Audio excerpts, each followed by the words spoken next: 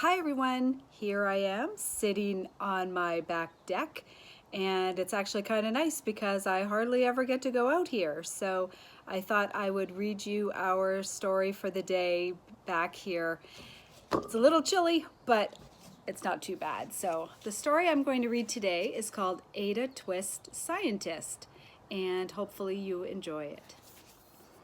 Ada Twist Scientist by Andrea Beatty, illustrated by David Roberts. Ada Twist Scientist.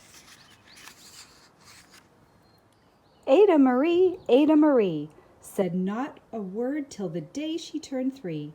She bounced in her crib and looked all around, observing the world but not making a sound. She learned how to climb and make her big break with a trail of chaos left in her wake. She ran through the day chasing each sound in sight and didn't slow down till she conked out at night. Her parents were frazzled but tried not to freak as Ada grew bigger and still did not speak. Clearly young Ada, with lots in her head, would have something to say when it ought to be said. That's just what happened when Ada turned 3. She tore through the house on a fact-finding spree and climbed up the clock just as high as she could. Her parents yelled "Stop!" as all good parents would. Ada's chin quivered, but she did not cry. She took a deep breath and she simply asked why. Why does it tick and why does it talk? Why don't we call it a granddaughter clock? Why are there pointy things stuck to a rose? Why are there hairs up inside of your nose? She started with why, and then what, how, and when.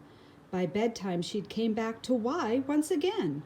She drifted to sleep as her dazed parents smiled at the curious thoughts of their curious child, who wanted to know what the world was about. They kissed her and whispered, "You'll figure it out."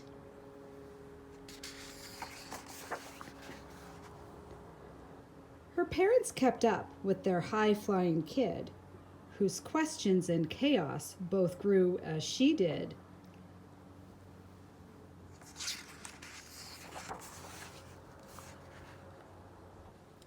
Even Miss Greer found her hands were quite full when young Ada's chaos wreaked havoc at school. But this much was clear about Miss Ada Twist. She had all the traits of a great scientist.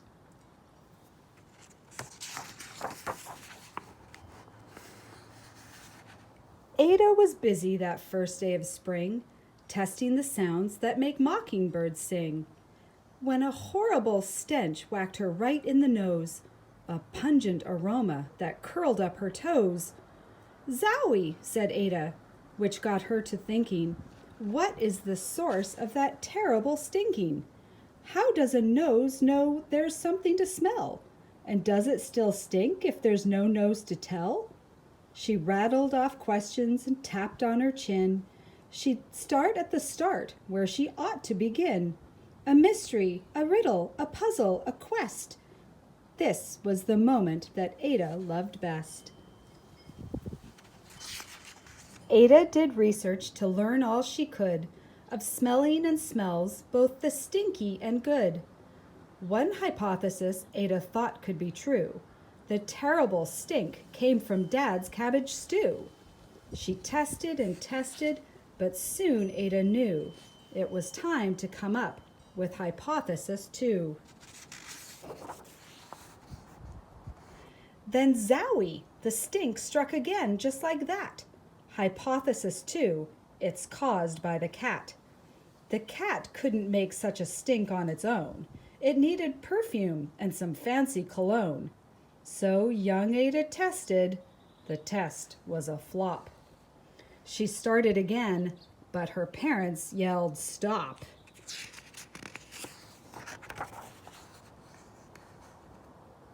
Ada Marie, to the thinking chair now by the time we count 3. "Enough," said her mother. "That's it," said her dad. Her parents were frustrated, frazzled, and mad. "Why?" Ada questioned. Her mother said, "No."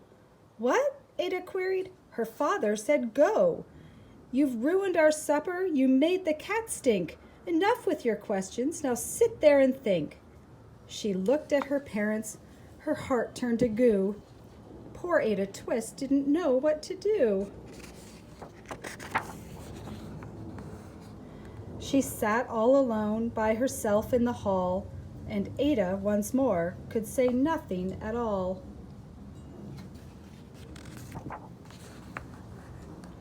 And so Ada sat, and she sat, and she sat, and she thought about science and Stu and the cat, and how her experiments made such a big mess. Does it have to be so? Is that part of success? Are messes a problem? And while she was thinking, what was the source of that terrible stinking? Ada Marie did what scientists do.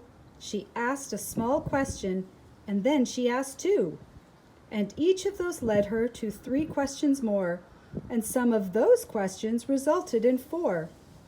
As Ada got thinking, she really dug in. She scribbled her questions and tapped on her chin. She started at why, and then what, how, and when. At the end of the hall, she reached why once again. Her parents calmed down, and they came back to talk. They looked at the hallway and just had to gawk. No patch of bare paint could be seen on the wall. The thinking chair now was the great thinking hall. They watched their young daughter and sighed as they did.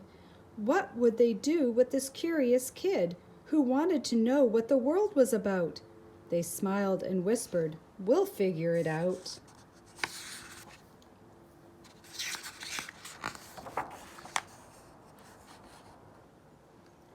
And that's what they did, because that's what you do when your kid has a passion and a heart that is true. They remade their world. Now they're all in the act of helping young Ada sort fiction from fact. She asks lots of questions. How could she resist? It's all in the heart of a young scientist.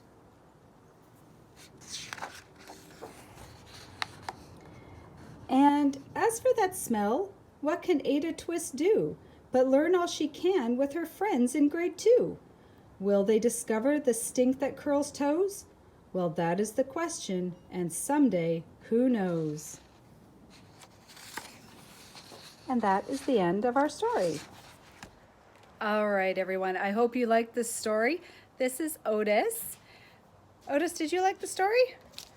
Yeah, it was a good one, wasn't it? All right, everybody. We'll be back tomorrow with another one. Have a great day. Bye.